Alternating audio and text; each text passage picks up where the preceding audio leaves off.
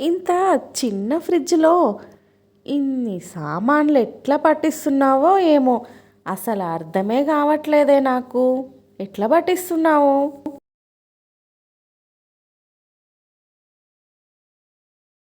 అలా కుంభాలు కుంభాలు కలిపి తినకపోతే పడేసే బదులు కొద్ది కొద్దిగా కలిపి పెట్టొచ్చుగా అన్నాన్రా అంతే. నా కొడుకు తిండి మీద పడి ఏడుస్తాంది దేవుడో.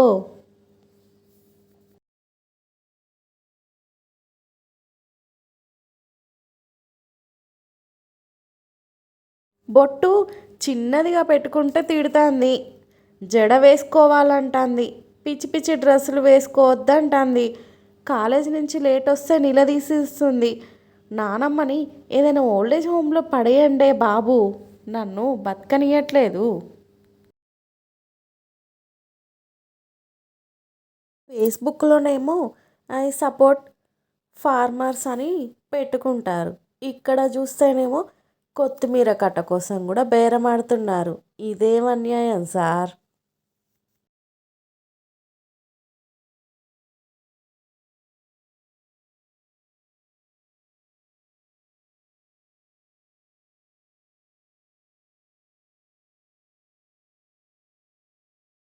రిమోటు ఎక్కడ పెట్టి తెచ్చావే? గంట నుంచి ఈ పరమ చెత్త ప్రోగ్రాం చూడలేక చేస్తున్నాను.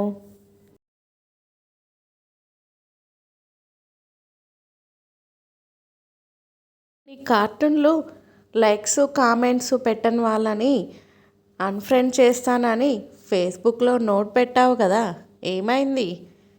వాళ్ళే నన్ను అన్ఫ్రెండ్ చేశారు, నా భార్యతో సహా.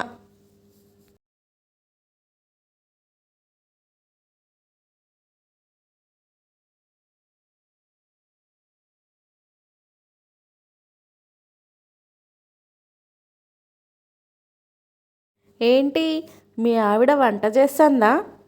అంతకన్నా నా తల మీద బల్లి పడింది అని చెప్తే సులువుగా ఏప్రిల్ ఫుల్ అన్నా అయ్యేవాడిని కదా.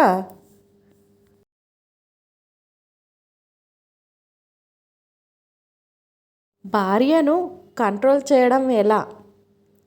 బజార్లో వస్తుంటే ఫుట్పాత్పై ఈ పుస్తకం కనిపించింది, మీకేమైనా కాలక్షేపంగా ఉంటుందేమోనని కొనుక్కొని వచ్చా, తీసుకోండి. అడిగినవన్నీ కొనిస్తాడు, చెప్పిన పనులన్నీ చేస్తాడు, నన్నొక్క మాట కూడా అనడు. సాధిద్దామనుకుంటే ఏ కారణము దొరికి చావట్లేదు. కుక్క బతుకైపోయింది నాది.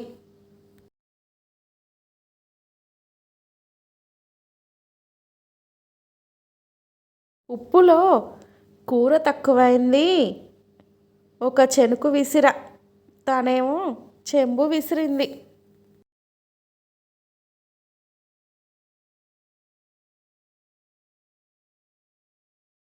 సర్వే కోసం వెళ్ళి నువ్వు పేదవాడివి అనడానికి ఆధారం ఏంటి అని అడిగాను. పిచ్చ కొట్టుడు కొట్టాడ్రా, కారణం లేకుండానే.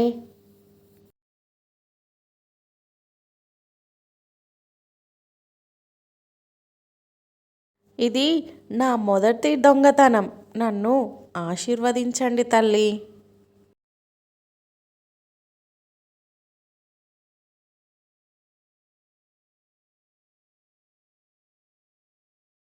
నా పనికి టైం అంటే టైమే అమ్మగారు. నేను మీకు ఇచ్చిన టైంకి ఒక్క నిమిషం దాటినా అన్ని పనులు మధ్యలో వదిలేసి పోతానని నేను ముందే చెప్పాను కదా.